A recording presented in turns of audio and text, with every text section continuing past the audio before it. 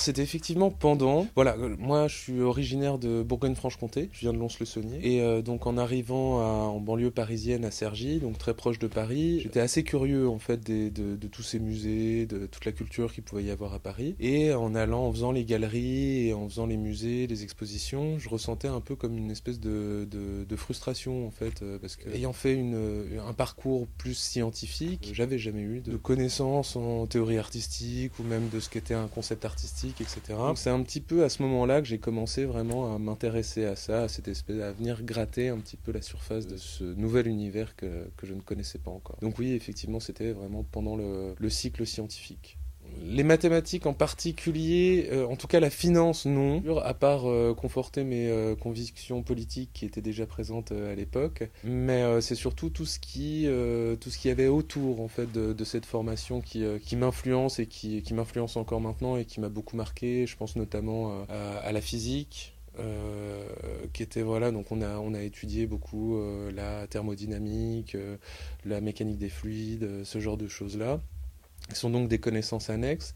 Ensuite, moi, le parcours en mathématiques que j'ai eu, c'était vraiment des mathématiques qui étaient appliquées à la finance. C'était un petit peu dommage, je pense, parce j'ai vraiment eu la sensation que les mathématiques, c'était ça, que c'était de la finance, alors qu'en fait, en réalité, pas du tout. Donc voilà, c'est dans un second temps que je reviens un petit peu aux mathématiques.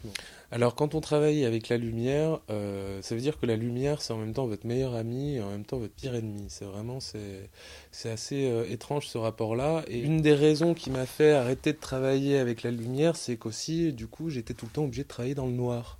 Et c'est quelque chose qui commençait un peu à me peser. En ce qui concerne les sujets, moi, la lumière, j'ai essayé de l'exploiter comme étant un révélateur d'imperceptibles. Donc d'essayer de venir un petit peu, grâce à la lumière, sonder des événements imperceptibles, en fait, à l'œil nu. Donc c'était vraiment sur ces phénomènes-là invisibles, effectivement, que j'essayais de travailler grâce à la lumière. Et ensuite, la lumière, c'est aussi une énergie, c'est ce qu'on appelle de l'énergie matière. Donc le côté matière est resté. Et c'est vrai que la lumière, elle reste quand même extrêmement importante dans tous mes travaux, mais elle est passée, c'est vrai, un peu au second plan, c'est-à-dire elle accompagne les œuvres pour les valoriser, même encore maintenant, pendant le montage ici au Bel Ordinaire, pour l'exposition Paysage Fiction, pour le Festival Access, c'est une question qui m'occupe. Là, je vais passer la journée à penser la lumière pour savoir comment est-ce qu'elle va accompagner la pièce.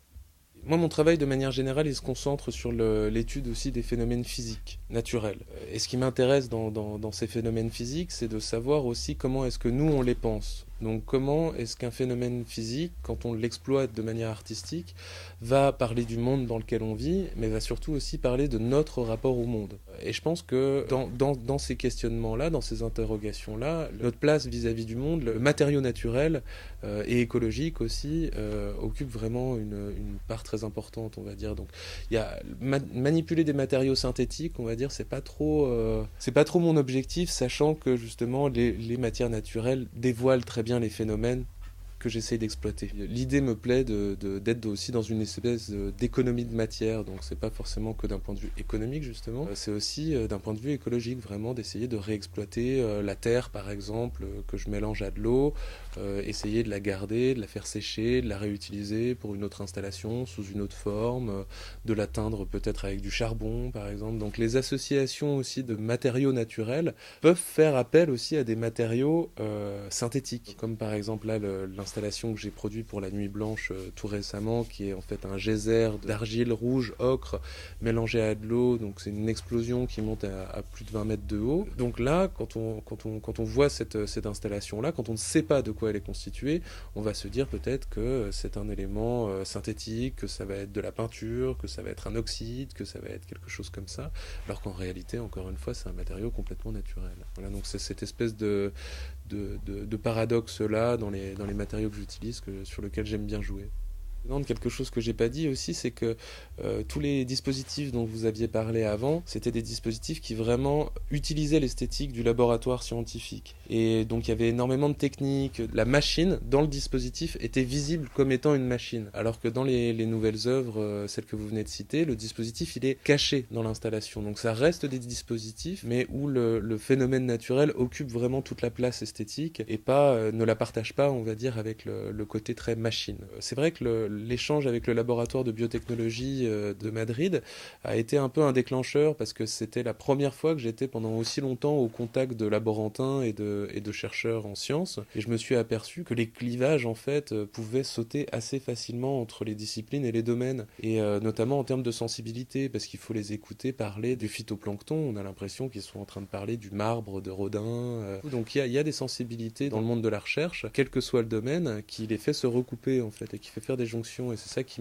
m'intéresse. Donc bien entendu, il y a aussi tout le caractère technique qu'un laboratoire possède, notamment des brevets. Donc pour l'installation Ruine, qui avait été montrée au 104 à l'occasion de la Biennale Nemo, qui était organisée par Arcadie. Là, pour cette installation-là, j'ai vraiment travaillé de mèche avec ce laboratoire pour qu'aussi il puisse me fournir les souches de phytoplancton, la quantité de phytoplancton dont j'avais besoin pour démarrer l'installation. Donc voilà, donc c'était vraiment un échange de connaissances, et eux aussi sont venus puiser dans mes expérimentations et dans mes recherches. Parce que c'était ça qui était assez incroyable, c'est qu'on pense toujours que l'artiste va venir traîner dans le laboratoire et va venir piocher et faire un espèce d'assemblage comme ça pour faire une œuvre, et qui en fait il s'est bien amusé, etc. Sauf que non, il peut y avoir un intérêt réellement bilatéral. Et c'est ça qui me plaisait beaucoup. Par exemple pour les phytoplanctons, eux en laboratoire, à la base, ils faisaient leur culture sur des pans. Donc c'était simplement des tissus qui étaient suspendus, etc. Et moi, quand j'ai commencé à travailler sur ça, j'ai voulu le travailler de manière sculpturale. Donc j'ai commencé à manipuler le tissu pour lui faire prendre forme, pour faire des volumes, etc. Donc notamment des parallélépipèdes, parce que je travaille très souvent avec des formes géométriques assez minimalistes. Et en fait, des mesures qu'on a fait avec les premiers essais, le premier monolithe que j'avais fait en laboratoire, ils se sont aperçus que la rentabilité, la croissance du phytoplancton était augmentée grâce à cette forme-là. Donc, chose qu'ils n'avaient pas peut-être pensé à faire, en fait, et qu'un artiste, voilà, est venu par un autre biais de recherche leur apporter aussi quelque chose. Donc c'est ces espèces d'échanges-là que j'essaie d'un petit peu poursuivre maintenant.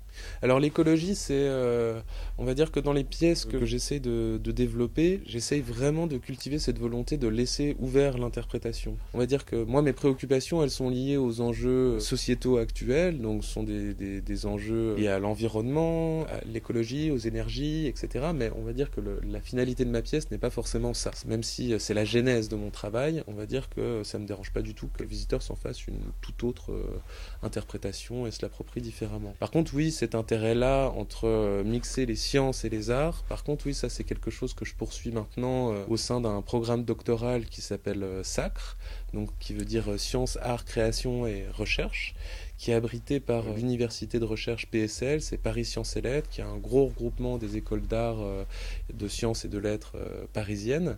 Et donc là, je viens tout juste d'attaquer cette recherche qui va durer 3 ans et pour laquelle j'ai la chance d'être subventionné. Donc voilà, donc cette imbrication des deux domaines va continuer de se poursuivre. Alors pour la couleur des nuages, c'est assez simple parce que donc le dispositif consiste en un écran caché, recouvert par une plaque de verre sur laquelle il y a des gouttes de résine translucide. Et cet écran diffuse une vidéo de nuages. Et le ciel, le paysage ciel est une thématique qui a été largement traitée et qui est encore présente aujourd'hui. Ça fait partie des espèces de fils rouges de l'histoire de l'art qui ne cesseront à mon avis jamais. Donc voilà, ces tableaux numériques font vraiment, je dis tableau parce que c'est vraiment une référence à la peinture que je fais au travers de cette pièce-là. Donc les gouttes de résine translucide viennent diffracter les pixels blancs, donc la couleur qu'il y a à l'intérieur du pixel qui crée le blanc par association des 3 couleurs RGB, donc rouge, vert, bleu, et l'œuvre devient cinétique par le mouvement du visiteur. Donc on voit ces espèces d'arc-en-ciel numériques en fait qui viennent prendre place à l'intérieur du tableau. Et ensuite pour la seconde pièce donc qui s'appelle Exurgence, je l'envisage vraiment comme un paysage abstrait. C'est le genre de phénomène qui fourmille, on va dire, dans lequel notre vue peut très bien aller se perdre, comme notre vue peut se perdre dans un ciel, encore une fois, ou alors dans une forêt assez dense, et ce genre de choses-là. Et ensuite, d'un point de vue conceptuel, c'est vrai que ça fait référence au paysage sociétal dans lequel on s'inscrit, et aussi à la construction des sociétés postmodernes dans lesquelles nous évoluons, et sur quoi elles se sont construites, c'est-à-dire notamment l'exploitation des énergies fossiles. Donc c'est vraiment sur ça, montrer la fondation d'un mur, essayer d'aller creuser jusqu'aux fondations du mur, du bâtiment, pour montrer aussi de quoi, à l'image de notre société, de quoi il serait éventuellement fait. Oui, énormément, parce que je pense qu'en tant qu'artiste, on construit aussi des histoires. C'est très important que le visiteur puisse aussi avoir des clés, notamment esthétiques, pour pouvoir se créer son interprétation. Quand je parle d'interprétation, c'est forcément une histoire aussi qu'on se raconte aussi à soi et dans le rapport qu'on entretient avec l'œuvre. Et de manière plus générale, c'est vrai que moi, mon terreau de référence, ça reste la science-fiction, des années 70-80 particulièrement. Et donc mon travail y est évidemment complètement rattaché. Donc science-fiction, fiction.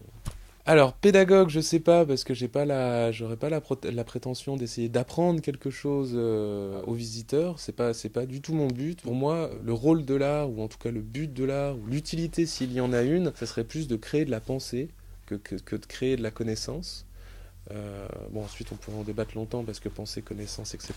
Donc, pédagogue, non.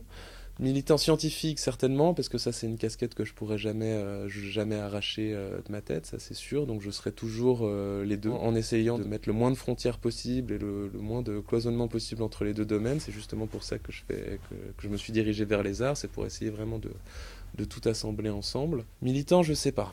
Militant, je sais pas. Politique, oui, mais militant, non.